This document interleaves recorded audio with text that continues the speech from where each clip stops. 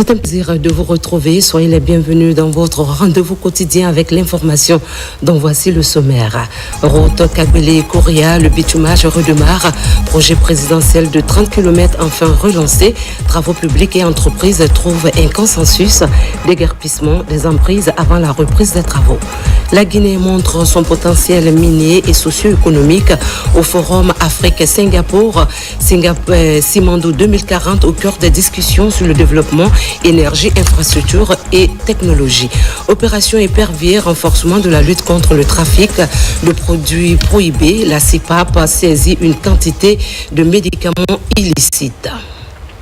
Mesdames et messieurs, bonsoir. Bienvenue dans ce journal que nous ouvrons sur une série de décrets.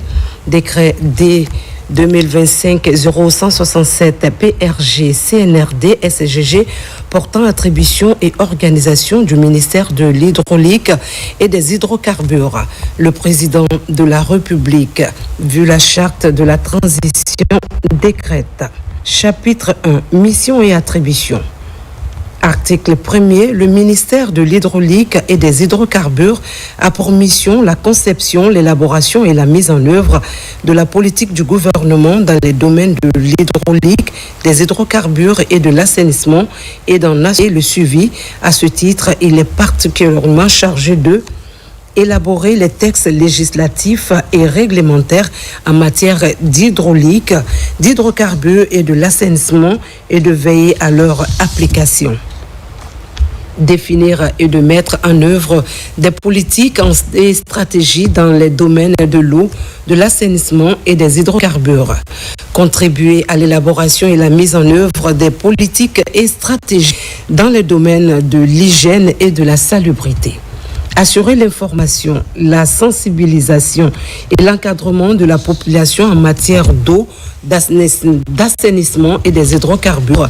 Réaliser et entretenir des équipements permettant la précollecte, la collecte, l'évacuation, le traitement des eaux usées et pluviales, au transport et au recyclage des déchets liquides, domestiques et industriels. Veiller au respect des dispositions du Code pétrolier, de ces textes d'application et des dispositions contractuelles. Veiller au respect des dispositions du Code de l'eau, de ces textes d'application et des dispositions contractuelles. Procéder à l'inventaire, à la protection et à la préservation des ressources en eau et en hydrocarbures. Élaborer et mettre en œuvre les stratégies, plans, programmes et projets relatifs au domaine de l'hydraulique, des hydrocarbures et de l'assainissement. Élaborer les chemins directeurs dans les domaines de l'hydraulique et des hydrocarbures et de l'assainissement. Prendre en compte les dimensions environnementales dans les programmes et projets des secteurs de l'eau et des hydrocarbures. Assurer la desserte en eau sur toute l'étendue du territoire national. Élaborer et mettre en œuvre les stratégies de transfert de compétences aux collectivités locales dans les domaines de l'hydraulique conformément au Code des collectivités locales. Définir et veiller à l'application des politiques tarifaires en matière d'adduction d'eau potable, d'assainissement et de salubrité, de gaz butane et des produits pétroliers, des stratégies de transfert de compétences aux collectivités locales. Participer à la supervision de l'administration pétrolière, promouvoir la bonne gouvernance et la transparence dans les secteurs de l'hydrocarbure et des hydrocarbures, promouvoir la recherche pétrolière et gazière, veiller à l'approvisionnement des populations en produits pétroliers et dérivés de qualité, veiller à la structure du prix des produits pétroliers et au bon fonctionnement du système de péréquation dans le cadre de l'homologation des prix des produits pétroliers et dérivés sur toute l'étendue du territoire national. Délivrer les licences ou autorisations de construction et d'exploitation des produits pétroliers et des stations-service, des dépôts pétroliers et gaziers et des raffineries conformément à la réglementation en vigueur. Promouvoir l'utilisation du gaz butane, délivrer les licences ou autorisations de promotion du gaz butane conformément à la réglementation en vigueur. coordonner, impulser et assurer le suivi des programmes et projets de développement dans le cadre de la coopération sous-régionale et régionale, organiser des rencontres traitant des questions relatives au domaine d'activité du ministère et d'y participer. Prendre en compte les dimensions éthiques, genre et équité dans les activités du ministère. Prendre en compte la dimension environnementale et sociale dans la mise en œuvre des programmes et projets du ministère. Article 2. Le ministère en charge de l'hydraulique et des hydrocarbures a désormais la charge de coordonner toutes les questions relatives à l'assainissement liquide et solide, à la gestion des eaux usées et pluviales, à la planification, au suivi des infrastructures d'assainissement ainsi qu'à l'amélioration du cadre de vie en milieu urbain et rural. Chapitre 2. Organisation. Article 3. Pour accomplir sa mission, le ministère de l'Hydraulique et des Hydrocarbures comprend un secrétaire général, un chef de cabinet, des services d'appui, des directions nationales, des services rattachés, des organismes publics autonomes, des programmes et projets publics, des services déconcentrés, des organes consultatifs. Article 4. Le cabinet du ministre comprend un chef de cabinet, un conseiller principal, un conseiller juridique, un conseiller chargé des questions d'hydraulique, un conseiller chargé des questions économiques, un conseiller chargé de mission, un attaché de cabinet. Article 5. Les services d'appui sont l'inspection générale, le bureau de stratégie et de développement, la cellule d'exécution des projets du programme Ciment du 2040, la division des ressources humaines, la division des affaires financières, un contrôleur financier, la personne responsable des marchés publics, le centre des ressources documentaires, le service de modernisation des systèmes d'information, le service de communication et des relations publiques, le service hygiène, santé et sécurité au travail, le service genre et équité, le service accueil et information, le secrétariat central. Article 6.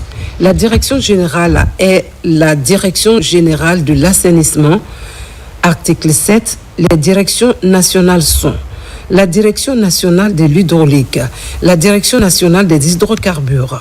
Article 8. Les services rattachés sont la cellule nationale de coordination de l'organisation pour la mise en valeur du fleuve Sénégal, OMVS, la cellule nationale de coordination de l'Organisation pour la mise en valeur du fleuve Gambie, OMVG, la structure focale de l'autorité du bassin du Niger, ABN, la structure focale du projet d'aménagement du massif du Fouta, la structure focale de l'Union du fleuve Mano. Article 9. Les organisations publiques autonomes sont le Service national d'aménagement des points d'eau, SNAP, le Fonds de l'hydraulique, l'Agence nationale d'assainissement et de salubrité publique, l'Agence de régulation des eaux, la Société des eaux de Guinée, le Fonds d'appui à la promotion du gaz butane, FAPGaz, la Société guinéenne des hydrocarbures. Article 10. Les programmes et projets publics sont ceux initiés dans les domaines spécifiques du ministère. Article 11.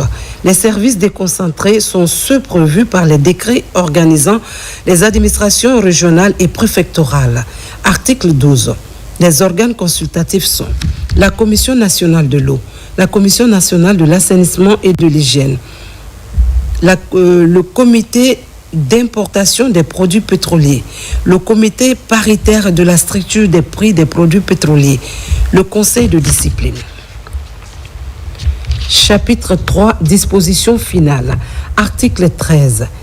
Des décrets fixent les statuts des organismes publics autonomes, le mode d'organisation et de fonctionnement de l'inspection générale, du bureau de stratégie et de développement, des programmes et projets publics de développement, ainsi que les attributions et l'organisation des services rattachés de niveau hiérarchique équivalent à celui d'une direction de l'administration centrale. Article 14. Des décrets fixent le mode d'organisation et de fonctionnement des organes consultatifs. Article 15. Des arrêtés du ministre en charge de l'hydraulique et des hydrocarbures fixent les attributions et l'organisation des directions nationales et équivalents ainsi que les attributions de l'organisation des services rattachés et services d'appui de niveau hiérarchique équivalent à celui d'une division ou d'une section de l'administration centrale. Article 16. Des arrêtés conjoints du ministre en charge de l'hydraulique et des hydrocarbures et du ministre en charge de la fonction publique fixent l'organisation et le fonctionnement des services déconcentrés. Article 17. Le présent décret qui abroge toute disposition antérieure contraire prend effet à compter de la date de sa signature et sera enregistré et publié au journal officiel de la République, Conakry, le 27 août 2025, signé général Mamadi Doumbouya. Décret D 2025-0168 PRG CNRD SGG portant attribution et organisation du ministère du Commerce. Le président de la République, vu la charte de transition, décrète article 1, mission et attribution. Article 1er. Le ministère du Commerce a pour mission la conception, l'élaboration et la mise en œuvre de la politique du gouvernement dans le domaine du commerce et d'en assurer le suivi. À ce titre, il est particulièrement chargé de élaborer les textes législatifs et réglementaires en matière de commerce et de veiller à leur application, élaborer et mettre en œuvre les stratégies, plans, programmes et projets relatifs à la promotion et au développement du commerce. Veiller au respect de l'application des règles en matière de concurrence, de prix, des poids et mesures, de contrôle de qualité et de sécurité alimentaire. Établir et développer des partenariats dans le domaine du commerce. Promouvoir l'entrepreneuriat, la créativité et l'innovation dans le domaine du commerce. Participer aux négociations relatives aux conventions, accords et protocoles dans tous les domaines d'activité économique.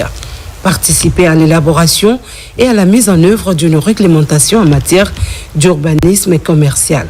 Organiser des rencontres traitant des questions relatives au domaine d'activité du ministère et d'y participer.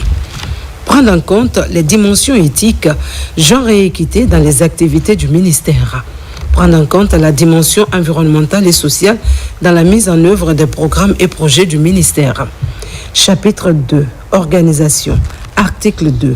Pour accomplir sa mission, le ministère du Commerce comprend un secrétaire général, un cabinet, des services d'appui, des directions nationales, des services rattachés, des organismes publics autonomes, des programmes et projets publics, des services déconcentrés, des organes consultatifs. Article 3.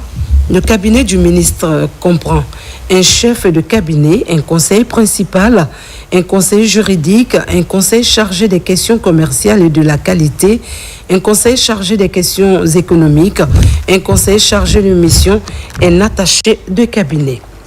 Article 4. Les services d'appui sont l'inspection générale, le bureau de stratégie et de développement, la cellule d'exécution des projets du programme Simandou 2040, la division des ressources humaines, la division des affaires financières, la personne responsable des marchés publics, le contrôleur financier, le centre des ressources documentaires, le service communication et relations publiques, le service de modernisation des systèmes d'information, le service hygiène, santé et sécurité au travail, le service genre et équité, le service accueil et information, le service hygiène, santé et sécurité, le secrétariat central. Article 5. Les directions nationales sont la Direction nationale du commerce intérieur et de la concurrence, la Direction nationale du commerce extérieur et de la compétitivité. Article 6. Le service rattaché est le service des déclarations descriptives des importations et des exportations. Article 7. Les organismes publics autonomes sont l'Agence guinéenne de promotion des exportations, l'Office national de contrôle de qualité. Les programmes et projets publics sont ceux initiés dans les domaines spécifiques du ministère. Article 9. Les services déconcentrés sont ceux prévus par le décret organisant les administrations régionales et préfectorales. Article Article 10. Les organes consultatifs sont la Chambre de commerce, d'industrie et d'artisanat de Guinée, le Comité national consultatif permanent de la concurrence et des prix, la Commission nationale de mise en œuvre de la zone de libre-échange continentale africaine, le Comité national de la sécurité sanitaire des aliments, le Comité directeur du cadre intégré, renforcé et d'appui à la politique commerciale, le Comité national du Codex Alimentarius, le Comité national des indications géographiques, le Conseil de discipline. Chapitre 3. Disposition finale. Article 11.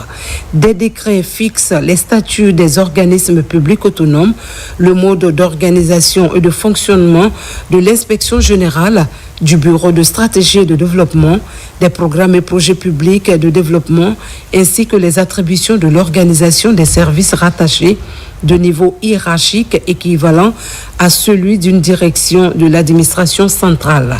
Article 12.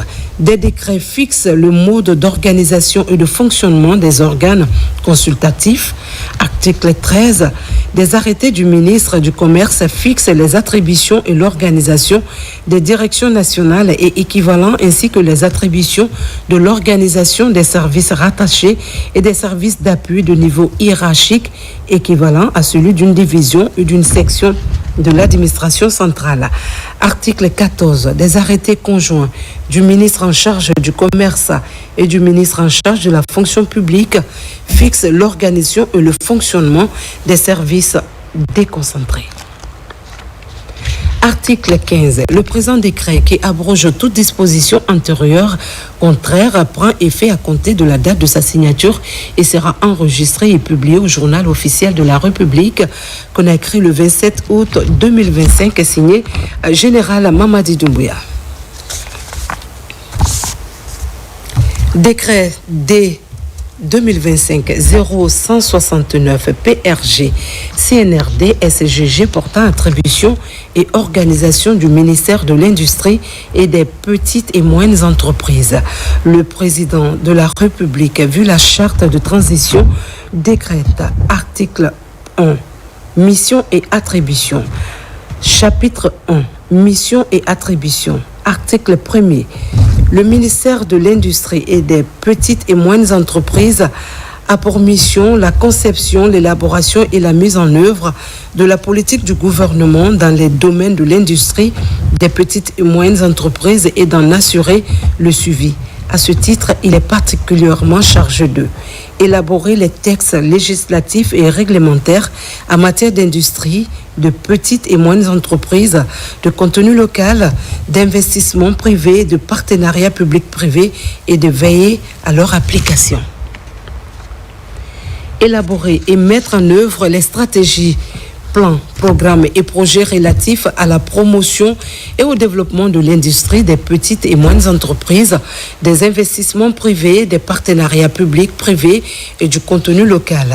Veiller au respect des dispositions de la loi relative au contenu local, veiller à la mise en œuvre de la politique nationale de développement industriel, veiller à l'application de la réglementation en matière d'implantation et d'exploitation des unités industrielles, mettre en œuvre la politique nationale qualité en matière de normalisation, de certification, d'essai, d'accréditation et de métrologie.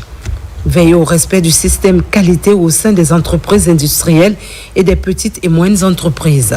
Établir et développer des partenariats dans les domaines de l'industrie et des petites et moyennes entreprises.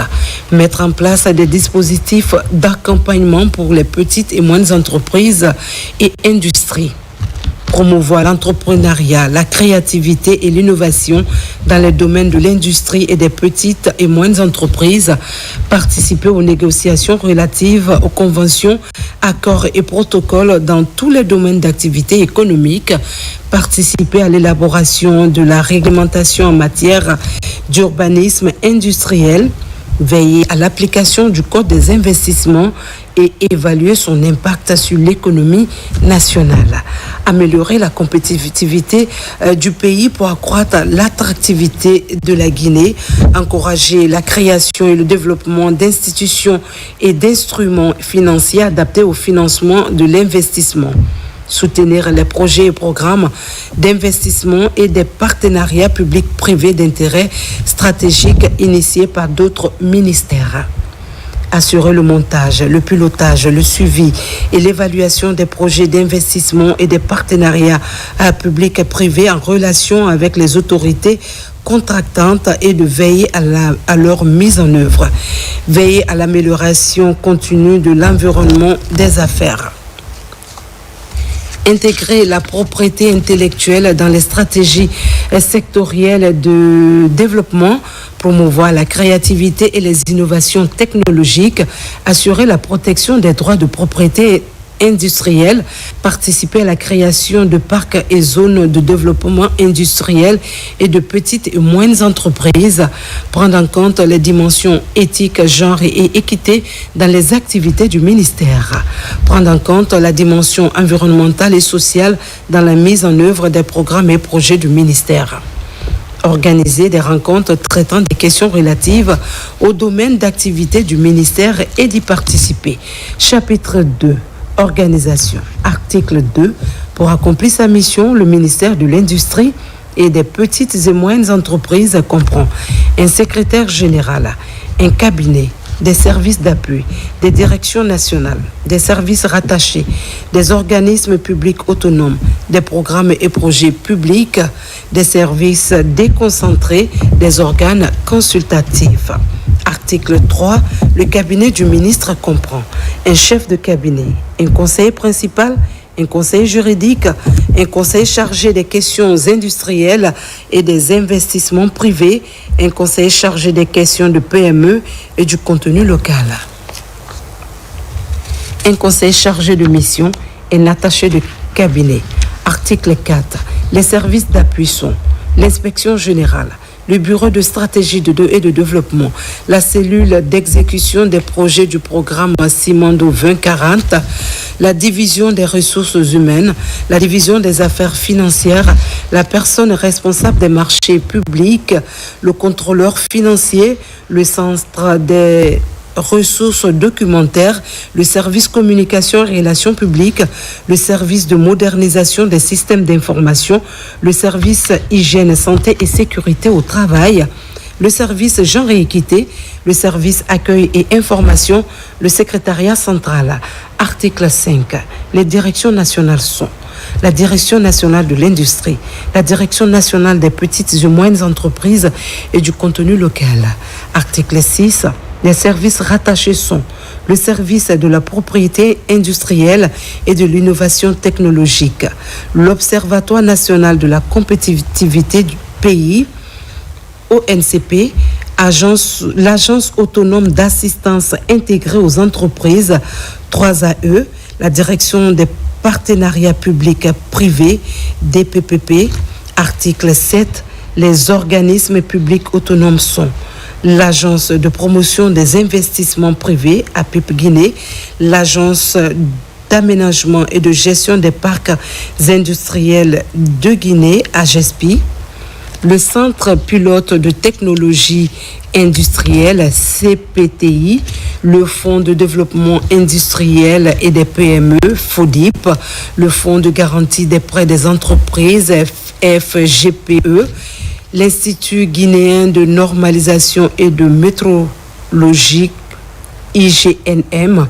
Article 8. Les programmes et projets publics sont ceux initiés dans les domaines spécifiques du ministère. Article 9. Les services déconcentrés sont ceux prévus par le décret organisant les administrations régionales et préfectorales. Article 10. Les organes consultatifs sont le Conseil national de l'industrie, Guinée Business Forum, le Comité national de coordination et de développement de la propriété intellectuelle, le Comité national des indications géographiques, le Conseil de discipline. Chapitre 3, disposition finale. Article 11. Des décrets fixent les statuts des organismes publics autonomes, le mode d'organisation et de fonctionnement de l'inspection générale du Bureau de stratégie et de développement, des programmes et projets publics de développement ainsi que les attributions de l'organisation des services rattachés de niveau hiérarchique équivalent à celui d'une direction de l'administration centrale. Article 12. Des décrets fixent le mode d'organisation et de fonctionnement des organes consultatifs. Article 13. Des arrêtés du ministre de l'Industrie et des petites et moyennes entreprises fixent les attributions et l'organisation des directions nationales et équivalents ainsi que les attributions de l'organisation des services rattachés et services d'appui de niveau hiérarchique équivalent à celui d'une division ou d'une section de l'administration centrale. Article 14.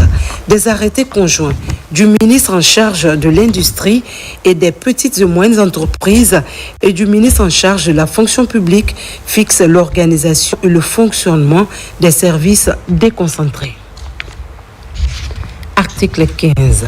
Le présent décret qui abroge toute disposition antérieure contraire prend effet à compter de la date de sa signature et sera enregistré et publié au journal officiel de la République, Conakry, le 27 août 2025, signé Général Mamadi Doumbouya. Décret D 2025-0170 PRG CNRD SGG portant attribution et organisation du ministère de l'Énergie. Le président de la République a vu la charte de transition décrète. Article 1. Mission et attribution. Chapitre 1, mission et attribution. Article 1er, le ministère de l'Énergie a pour mission la conception, l'élaboration et la mise en œuvre de la politique du gouvernement dans le domaine de l'énergie et d'en assurer le suivi. À ce titre, il est particulièrement chargé de élaborer les textes législatifs et réglementaires en matière d'énergie et de veiller à leur application. Procéder à l'inventaire, à la protection et à la préservation des ressources énergétiques. Élaborer les stratégies, plans, programmes et projets dans le domaine de l'énergie. Élaborer les schémas directeurs dans le domaine de l'énergie, prendre en compte la dimension environnementale dans les programmes et projets du secteur de l'énergie, assurer la desserte en électricité sur toute l'étendue du territoire national, élaborer et mettre en œuvre les stratégies de transfert de compétences aux collectivités locales dans le domaine de l'énergie conformément au Code des collectivités locales. Encourager et soutenir les initiatives ou les projets de transformation des déchets en énergie. Promouvoir la recherche et l'utilisation des énergies renouvelables. Promouvoir les économies d'énergie et l'efficacité énergétique. Promouvoir la bonne gouvernance et la transparence dans le secteur de l'énergie. Promouvoir le genre et l'équité dans les activités du ministère. Coordonner, impulser et assurer le suivi des programmes et projets de développement dans le cadre de la coopération sous-régionale et régionale. Organiser des rencontres traitant des questions relatives au domaine d'activité du ministère et d'y participer. Prendre en compte les dimensions éthiques, genre et équité dans les activités du ministère. Prendre en compte la dimension environnementale et sociale dans la mise en œuvre des programmes et projets du ministère. Chapitre 2. Organisation. Article 2. Pour accomplir sa mission, le ministère de l'Énergie comprend un secrétaire général, un chef de cabinet, des services d'appui, des directions nationales, des organismes publics autonomes, des programmes et projets publics, des services déconcentrés, des organes consultatifs.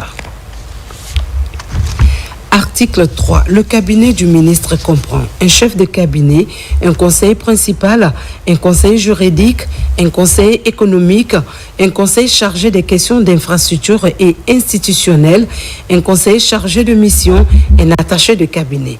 Article 4. Les services d'appui sont l'inspection générale, le bureau de stratégie et de développement, la cellule d'exécution des projets du programme Simondo 2040, la division des ressources humaines, la division des affaires financières, le service des affaires juridiques, un contrôleur financier, la personne responsable des marchés publics, le centre des ressources documentaires, le service de modernisation des systèmes d'information, le service de communication et des relations publiques, le service hygiène, santé et sécurité au travail, le service genre et équité, le service accueil et information, le secrétariat central. Article 5. Les directions nationales sont la Direction nationale des énergies renouvelables, la Direction nationale des énergies conventionnelles. Article 6. Les organismes publics autonomes sont l'Agence de la maîtrise de l'énergie, l'Agence nationale des énergies renouvelables, l'Agence guinéenne d'électrification rurale, la Société de gestion et d'exploitation de Swapiti, la Société électricité de Guinée. Article 7. Les programmes et projets publics sont ceux initiés dans les domaines spécifiques du ministère. Article 8. Les services déconcentrés sont ceux prévus par les décrets organisant les administrations régionales et préfectorales. Article 9. Les organes consultatifs sont le Conseil national de l'énergie, le Conseil de discipline. Chapitre 3. Disposition finale. Article 10. Des décrets fixent les statuts des organismes publics, le mode d'organisation de fonctionnement de l'inspection générale, du bureau de stratégie et de développement, des programmes et projets publics de développement, ainsi que les attributions de l'organisation des services rattachés de niveau hiérarchique équivalent à celui d'une direction de l'administration centrale. Article 11. Les décrets fixent le mode d'organisation et de fonctionnement des organes consultatifs. Article 12. Des arrêtés du ministre en charge de l'énergie fixent les attributions et l'organisation des directions nationales et équivalents, ainsi que les attributions et l'organisation des services rattachés et des services d'appui de niveau hiérarchique équivalent à celui d'une division ou d'une section de l'administration centrale. Article 13. Des arrêtés conjoints du ministre en charge de l'énergie et du ministre en charge de la fonction publique fixent l'organisation et le fonctionnement des services déconcentrés. Article 15. Le présent décret qui abroge toute disposition antérieure contraire prend effet à compter de la date de sa signature et sera enregistré et publié au journal officiel de la République.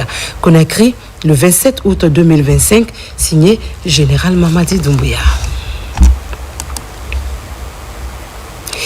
Les travaux de bitumage de la route Kagbele-Kouria, longtemps interrompus, reprennent. Un consensus a été trouvé entre le ministère et les entreprises avec comme première étape le déguerpissement des emprises. Aboubakar Junior Camara pour en savoir un peu plus. L'un des facteurs qui ralentit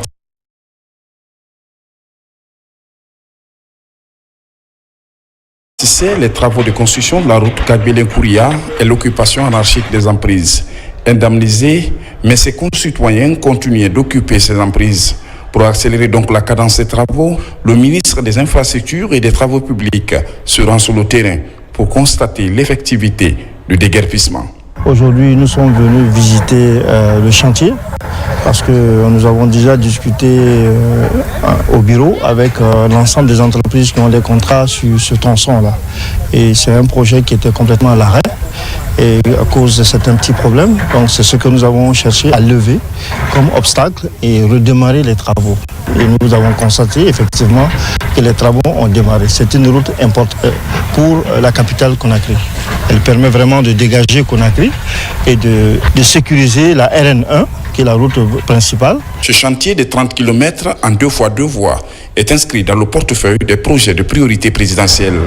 3 entreprises nationales travaillent sur le projet afin de terminer les travaux de cette route qui va servir de contournant pour la municipalité de Koya. Nous avons eu beaucoup de difficultés liées à l'encombrement de l'emprise de la route.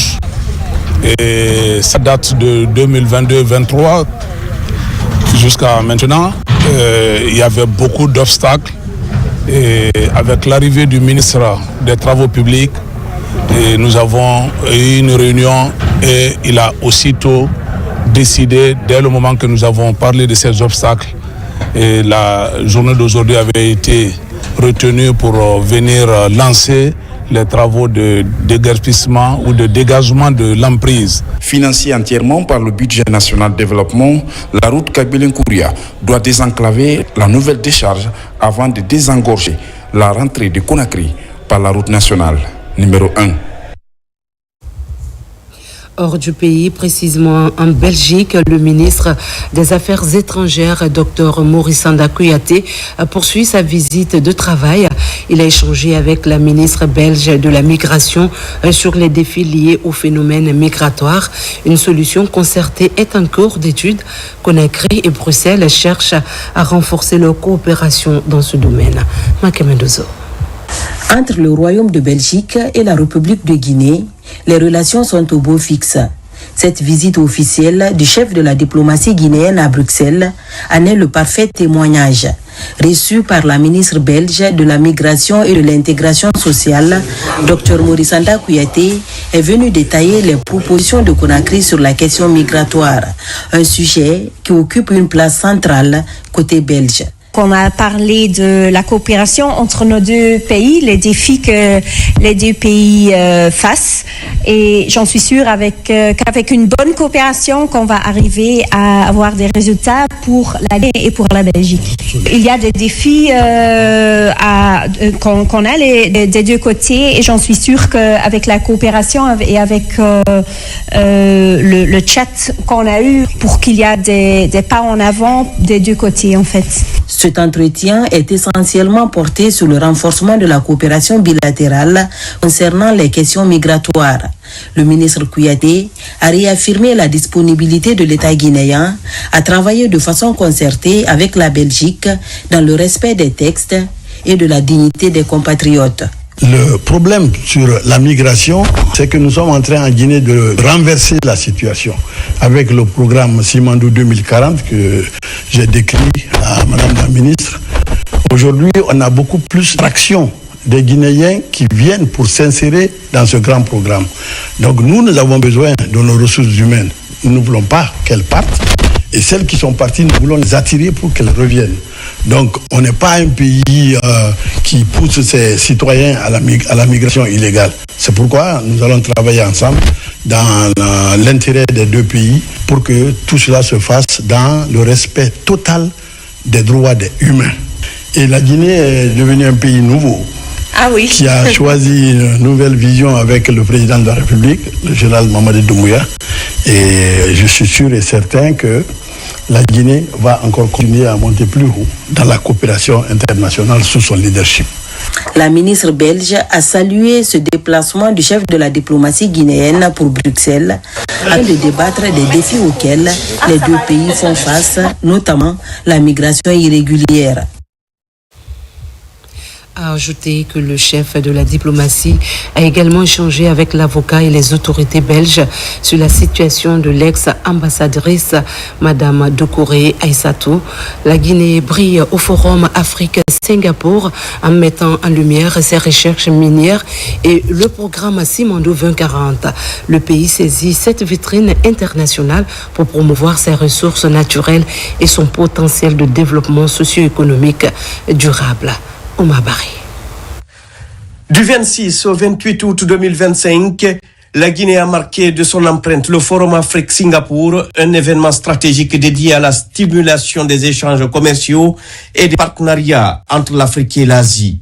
Représenté par le ministre du Plan et de la Coopération internationale Ismaël Nabé, accompagné de la conseillère à la présidence Maïmouna Diarabi, ainsi que d'une forte délégation, la Guinée a fait valoir ses atouts miniers et la vision du président de la République, son Excellence le général Mamadi Doumbouya, notamment le programme Simandou 2040. La Guinée a saisi cette occasion qui a réuni acteurs publics et privés autour de discussions sur divers secteurs clés, notamment l'énergie, les infrastructures, la logistique, l'agriculture et la technologie, pour mettre en avant ses ressources naturelles et son potentiel de développement socio-économique durable et responsable, en particulier grâce au programme Simandou 2040. Le séjour de la délégation guinéenne a été ponctué de rencontres essentielles avec les dirigeants de divers secteurs. L'une des premières rencontres notables a eu lieu avec Top International Holding, un géant du secteur énergétique et minier opérant en Asie-Pacifique et en Guinée. Les discussions ont porté sur le transfert de compétences, l'exploitation de la bauxite ainsi que sur la création de synergies pour maximiser les retombées locales. La délégation guinéenne a également échangé avec l'Académie de la chaîne d'approvisionnement et de la logistique Scala, spécialisée dans la formation personnelle en logistique. Le but: établir un partenariat pour former les jeunes Guinéens au métier de la chaîne d'approvisionnement et de la logistique, en ligne avec les objectifs du programme Simandou 2040 et de Simandou Academy, dédié au renforcement du capital humain. Au centre des discussions, le programme Simandou 2040 a été présenté comme la clé du futur socio-économique de la Guinée. Le ministre Ismaël Nabé, en tant que panéliste, a souligné que cette initiative s'inscrit dans une vision de croissance inclusive basée sur une industrialisation verte, une amélioration des infrastructures et une valorisation des ressources humaines locales. Les efforts de la Guinée ont également attiré l'attention de Temasek Holdings, le fonds souverain singapourien. Des discussions ont été menées pour explorer un partenariat stratégique dans le cadre de la création d'un fonds souverain guinéen, permettant ainsi de mieux financer et gérer les projets structurants liés à Simandou 2040. Lors de la table ronde de la Guinée placée sous le thème Simandou 2040, industrialisation verte, investissement et croissance inclusive, le ministre Ismaël Nabé a présenté les 5 piliers de ce programme hautement stratégique. L'honneur a été donné à la Guinée pour que nous participions aux différents panels thématiques pour parler du programme de développement socio-économique durable responsable Simandou 2040. C'était une belle occasion aussi de reconnecter avec des amis, avec des entreprises. Nous avons visité l'académie de logistique. Vous savez, Singapour, c'est la plaque tournante de logistique un peu partout dans le monde. Nous avons discuté avec cette académie qui est prête à se mettre en contact très rapidement et faire un accord de partenariat pour permettre aux jeunes Guinéens pour venir apprendre et se retourner en Guinée. Au-delà de cela, nous avons aussi eu l'honneur d'être reçus par mon homologue, mon ami, le ministre de l'Industrie, mais aussi qui s'occupe du développement aujourd'hui de Singapour. Le ministre Tam nous a vraiment reçu, il nous a écoutés, et on les a parlé de la vision de notre leader, le général Mamadi Doumbouya, mais aussi la vision de la Guinée les 15 prochaines années. Nous avons aussi organisé un dîner pour parler avec les investisseurs singapouriens, les investisseurs asiatiques, pour parler de Simandou 2040, mais aussi de parler du projet Simandou. Singapore has a lot to offer in terms of the designing and the planning of even the Simandou site as well. Singapour est très connu surtout dans l'élaboration des politiques et c'est à travers surtout la planification dont on se fait travailler dans ce domaine et aussi à partager l'expérience de Singapour. Le ministre Nabé a souligné l'importance de former une nouvelle génération de professionnels qualifiés capables de répondre aux défis économiques et industriels de demain, conformément à la vision du président de la République, son Excellence, le général Mamadi Doumbouya, qui entend faire de la Guinée une terre d'opportunités et de destination pour les investisseurs internationaux, tout en assurant une croissance inclusive pour le peuple souverain de Guinée. Dans l'actualité également, la Guinée se prépare à accueillir le Transform Africa Summit en novembre à Conakry, événement qui remplace la semaine numérique. En amont de cet événement, la ministre des Postes et Télécommunications a réuni Smart Africa et les acteurs concernés pour finaliser les préparatifs. Une dizaine de chefs d'État et plus de 3000 participants sont attendus autour du numérique. Kadiatou Suleiman Keita. Depuis 2020, la Guinée rêve d'organiser le Transform Africa Summit, le plus grand rendez-vous continental tenu par Smart Africa. Aujourd'hui, grâce à la vision du président général Mamadi Doumbouya, ce rêve devient réalité. Nous avons pu avoir la confiance de nos partenaires et de pouvoir faire de cette semaine du numérique un Transform Africa. Et grâce à l'égide du chef de l'État, la conduite gouvernementale de Monsieur le Premier ministre Baroui, nous sommes enfin arrivés à recevoir le continent au mois de novembre prochain. Tous les partenaires sont autour de la table et aujourd'hui nous avons reçu une délégation du Smart Africa qui est venue voir le niveau de préparation de la Guinée et comment vraiment aligner les efforts pour que cela soit un événement historique pour le continent. L'objectif pour nous aujourd'hui, c'est de discuter avec le gouvernement, avec les différentes agences, pour voir comment on peut ensemble préparer cet événement et réussir la préparation de cet événement et son exécution ici à Conakry. Le Transform Africa Summit, qui remplace la semaine numérique, constitue une opportunité exceptionnelle pour le ministère de la Culture. Il permettra de mettre en valeur le savoir-faire et la créativité guinéenne auprès d'un public continental et international. Tout ce que nous faisons aujourd'hui, c'est pour vendre un peu notre patrimoine culturel, aussi bien matériel qu'immatériel.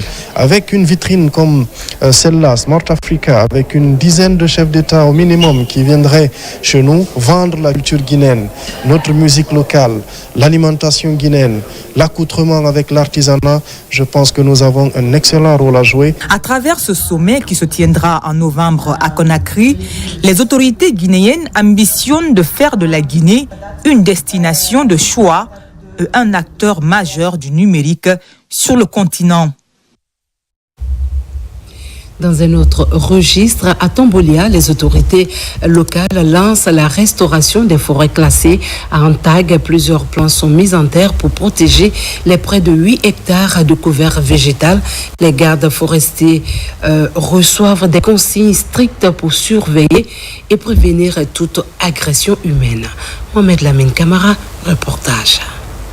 La forêt classée d'Anta s'étend sur une superficie estimée à près de 8 hectares. À ce jour, ce patrimoine forestier subit une agression massive due à une déforestation effrénée.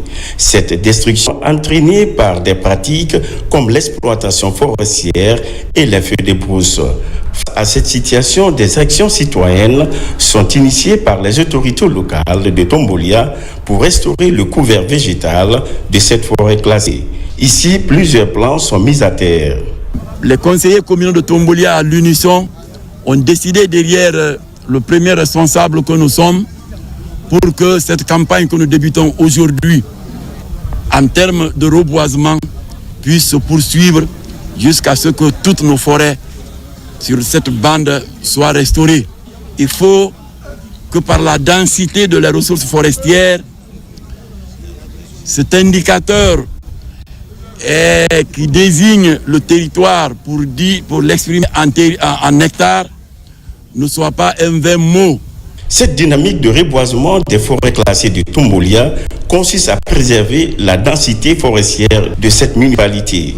Pour ce faire, les gardes forestiers sont à nouveau mis à contribution pour sauvegarder une des forêts urbaines de Conakry. Le constat a été amer que l'année dernière, à l'occasion des 100 jours, les plans qu'on a mis en terre ne soient plus là. Il n'y a vraiment pas de raison qui justifie cela. Alors on a dit aux cantonniers que c'est désormais des mesures qui seront à côté de suivi effectif des plans que nous avons mis en terre cette fois-ci. Dans les prochains jours, cette campagne de reboisement va s'étendre sur les autres forêts que regorge la commune de Tombolia, notamment la forêt de Dabompa. Dans le même panorama, à Kankan, 2000 plants d'espèces diverses sont plantés pour revitaliser la vie végétale de la ville. Ce geste d'un fils du terroir vient soutenir les efforts de la mairie dans sa politique de reboisement. Le plan de riposte vise à restaurer le couvert végétal dans les 57 quartiers de Nabaya et à intensifier la lutte contre le réchauffement climatique. Djamokaba. Le projet de revégétalisation de la commune urbaine de Kankan devient de plus en plus une réalité. Pour appuyer les efforts de la municipalité, la diaspora guinéenne affiche ses intentions en abaya. Elle apporte sa contribution en remettant 2000 plants d'espèces différentes pour améliorer le cadre de vie. Un geste d'un fils du terroir résidant en Allemagne engagé à réanimer la vie végétale de Kankanabaya. L'initiative s'inscrit dans le cadre de la lutte contre la déforestation et le changement climatique, dans l'espoir de contribuer à un environnement plus sain et durable de notre région. Ce que M. Kaba a fait, nous demandons à tout le monde à faire comme lui, à prendre l'exemple sur lui, pour l'amour qu'il a pour son pays. Le plan de riposte contre le changement climatique implique le curage des caniveaux. Météo et Timbo, deux quartiers inondables, choisis pour s'attaquer au problème d'insalubrité publique pendant cette période hivernale. Nous allons procéder à la sensibilisation pour que la population essaye d'adhérer à cette initiative, à ne pas jeter des ordures dans les caniveaux, à ne pas salir les caniveaux. Nettoyer, c'est bon, mais à ne pas salir, c'est encore plus meilleur. On nous demande à tout le monde d'observer la propriété, de ne pas mettre les ordures dans les caniveaux que nous sommes en train de curer. Sinon, les conséquences, c'est tout le monde qui va en subir à travers la maladie et en plus de cela, les inondations. Par ce nouvel engagement, l'objectif est de stimuler le développement local pour relever le défi de l'assainissement et de la lutte contre les caprices du climat. Et puis, le ministre de l'Information et de la Communication a animé une session de vulgarisation du projet de nouvelle constitution à l'Office guinéen de publicité. François a également salué les efforts du personnel et de la direction dans le redressement de la structure. Plus de détails avec Tcherno Ousmane Diallo. En première ligne dans la vulgarisation du projet de nouvelle constitution à travers les médias et autres supports de communication, le ministère de l'Information et de la Communication s'assure que toutes les directions sont impliquées dans le processus. À l'Office guinéen de publicité, le ministre remet officiellement le projet de nouvelle constitution dont les principales innovations et enjeux sont expliqués par le conseiller juridique. Puisque l'OGP en tant que régulateur de la publicité en Guinée est un service transversal, nous avons jugé utile de faire appel à tous les employés de l'OGP pour accueillir le ministre de l'Information et de la Communication dans nos locaux et avec lui discuter du projet de la nouvelle constitution afin que chaque employé de l'OGP se l'approprie et pour que chaque employé de l'OGP contribue à son niveau à la vulgarisation. Aujourd'hui, l'OGP, nous sommes prêts et nous allons véhiculer ce message-là. Déjà en interne, nous allons le faire au niveau de chaque département, au niveau de chaque service, au niveau de chaque agence. Au nom du ministre de l'Information et de la Communication, le secrétaire général du ministère a mis l'occasion à profit pour rendre hommage aux travailleurs de l'OGP et à la direction générale pour les efforts dans le redressement de cette structure et pour leur contribution à la vulgarisation du projet de nouvelle constitution. Nous avons vu ce qui s'est passé pendant ces 4 dernières années. Nous sommes en train de nous engager vers une nouvelle ère. Et donc, du coup, la première chose, c'était donc de remercier le directeur général de l'OGP, l'ensemble de ses collaborateurs, et vous qui êtes tous ici aujourd'hui pour nous donner l'opportunité de parler de cette constitution. La deuxième chose, nous savons tous d'où vient l'OGP, nous savons dans quelle situation la direction actuelle l'a trouvée. Je pense que c'est l'occasion aujourd'hui, au niveau du cabinet du ministère de l'Information et de la Communication, non seulement de remercier le directeur général et ceux qui sont en train de travailler avec lui, mais aussi vous remercier vous tous qui depuis quelque temps consentez aussi des sacrifices pour que la tâche qui a été confiée au directeur général, que cette tâche-là soit accomplie. L'engagement de l'OGP dans la vulgarisation du projet de nouvelle constitution permet de toucher sur l'ensemble du territoire des millions de citoyens à travers ses plateformes et son vaste réseau dans l'univers de la communication. La synergie générale Mamadi Doumbouya inaugure une nouvelle antenne dans la commune urbaine de Kabylie. Les membres de cette antenne ont été installés au quartier Tobolon 1. Sa mission, promouvoir les acquis du CNRD et renforcer la communication de proximité sur la nouvelle constitution. Marwan Kamara, Ismaël Nabé. C'est par cette cantique religieuse que les leaders religieux du quartier Kabylie Plateau ont accueilli la délégation du secrétariat général des affaires religieuses. El Haj Karamo Diawara et sa suite sont venus vulgariser le contenu du projet de la nouvelle constitution auprès des citoyens de la commune urbaine de Kabylie. Nous voulons à travers vous les religieux, le message que vous diffusez, ça doit être un message de paix, de rassemblement, de vivre ensemble, de la bonne cohabitation. Comme dans les autres communes de Conakry, cette tournée de vulgarisation enclenchée par le secrétariat général des affaires religieuses a eu des échos favorables à Kabylie. L'initiative consiste à mobiliser la communauté religieuse afin d'améliorer la communication dans les lieux publics. Toutes les 13 communes de Conakry est découverte.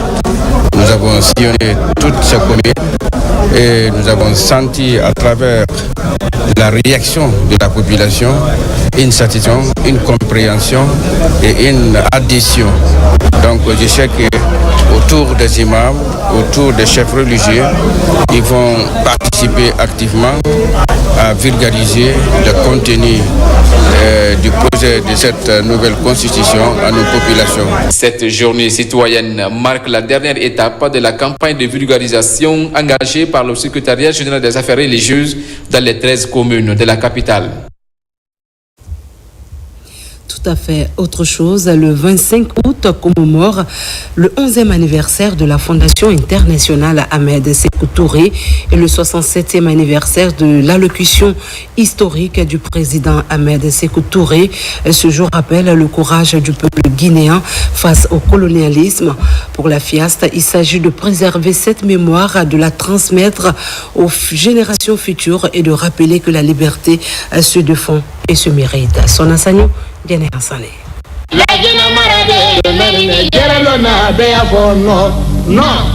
Le 25 août, une date symbolique pour la Guinée. Il y a 67 ans, elle marquait un tournant vers l'indépendance. C'est dans l'enceinte des cases de Bellevue que la Fondation internationale Ahmed Sékou Touré pour la paix a célébré dans le recueillement et la fierté son 11e anniversaire et la 67e année de l'allocution historique du président Ahmed Sékou Touré. Ce jour-là, il prononce un discours qui marquera jamais l'histoire africaine.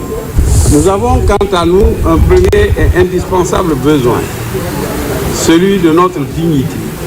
Or, il n'y a pas de dignité sans liberté, car tout assujettissement, toute contrainte imposée et subie dégrade celui sur qui elle pèse, lui retire une part de sa qualité d'homme et en fait arbitrairement un être inférieur.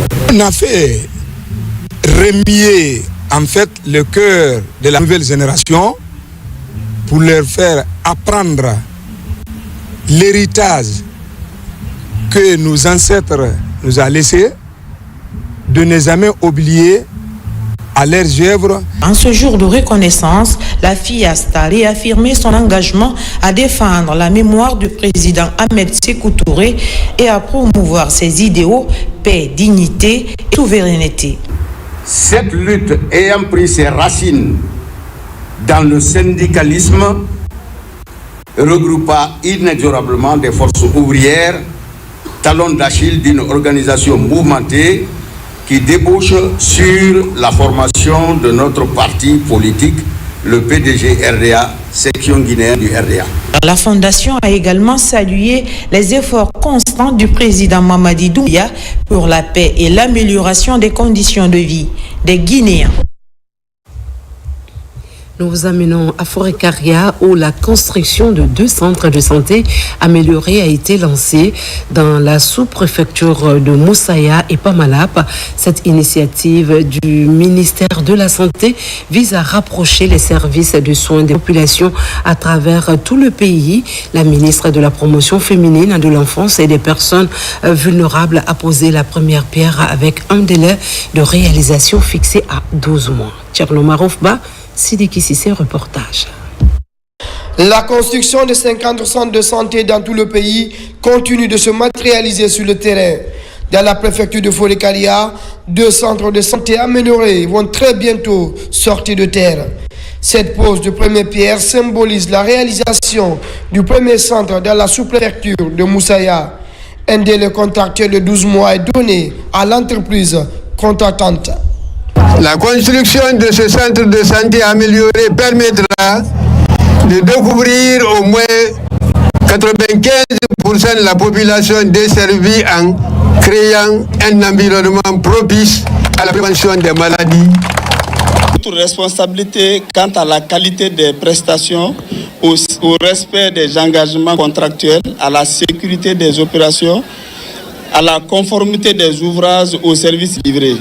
Notre mobilisation des moyens humains, matériels, financiers nécessaires pour garantir la bonne exécution du projet dans le respect des exigences du maître ouvrage. Le second édifice va être construit dans cette localité frontalière de Pamelap. La construction de ces infrastructures sanitaires vise à décentraliser l'offre de soins dans cette préfecture. Le président de la République, il n'aime pas les poses de première pierre.